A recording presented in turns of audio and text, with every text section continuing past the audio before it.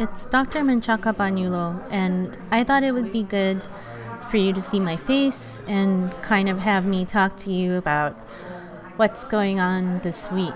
I'm going to start in this little video by sort of explaining a little bit about the course going forward. And then in the next section to talk to you and give you some guidance on the readings that you have this week on Lochner. So let's go ahead and begin by just talking about the class. So I sent an important email this week about the course going forward. In the past, what I've done with some of my classes is let students kind of choose a topic that captures their attention and run with it. And I realized that with us being a class that is a virtual course, you may not feel as confident about doing this. Because you don't, see me, right, kind of pointing things out like, oh, this is super important, even though, I know you're doing the reading, so you know what's going on in there. And also you don't see each other, right? So you don't have the back and forth with your classmates that can help make this kind of thing work. So what I'm going to do to try to foster that interaction from this point forward is to give you 2 prompts for you to write about in forum, if you're assigned to write in forum about the readings for that week. And you can choose between those 2 prompts. If you're assigned to respond, no sweat, you just pick what you want to respond to. I'm also going to pick news stories for you all to look at in the news section and see, kind of what you can tie to the course material for that.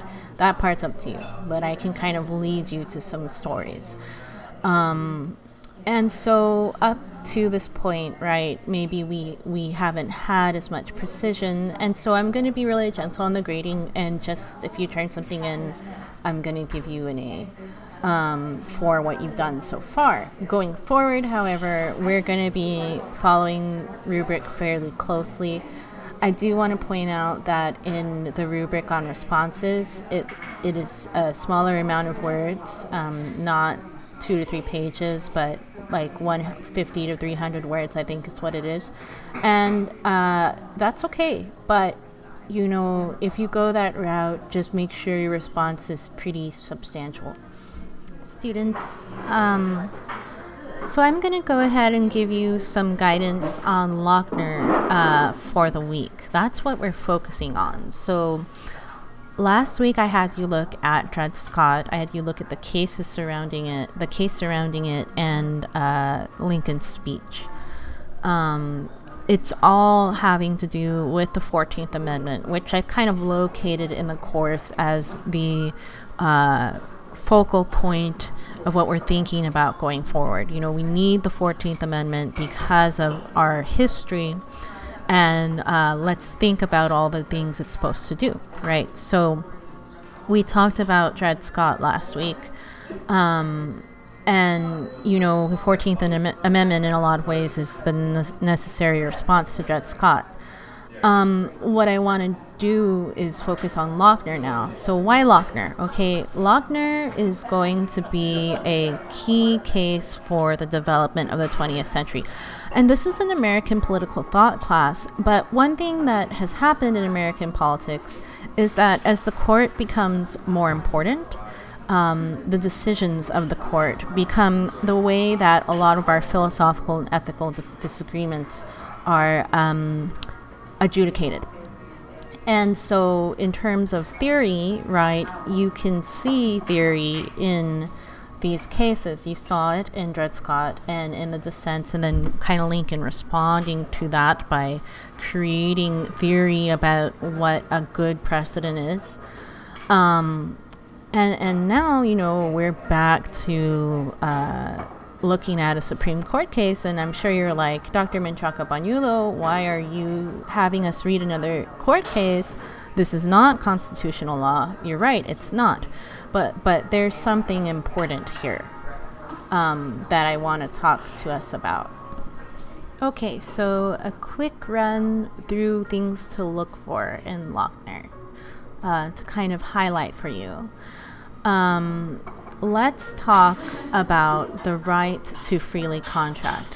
That is the right that emerges in Lochner and is rooted in an interpretation of the 14th Amendment. So look, around the 20th century, conditions for workers were very, very, very bad, both in terms of sanitation and health, and in what kinds of expectations you could put on an employee, like how long you could make them work. There's an act called the Bake Shop Act that tries to remedy this at the state level, and a gentleman named Lochner violates this act multiple times by making people work more than 60 hours a week. He makes the argument that this Bake Shop Act is unconstitutional under the 14th Amendment because the 14th Amendment, he says, contains a liberty to contract. Why? Because the 14th Amendment protects the right to property.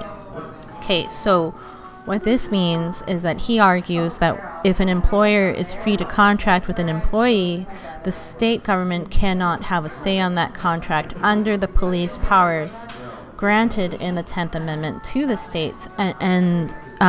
So if a state is going to abrogate a contract, it can do so only in very narrow circumstances that the Bake Shop Act does not meet.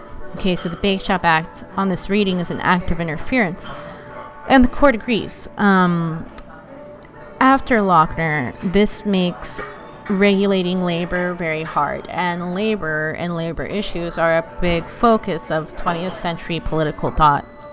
For the next 3 decades or so, the court after this decision is called the Lochner Court, and they're going to break down a lot of labor laws that come out of the states. Let's return to Dred Scott. Okay, in addition to all of the racial implications of Dred Scott and the necessity for the 14th Amendment that rises out of Dred Scott, we have this impact too.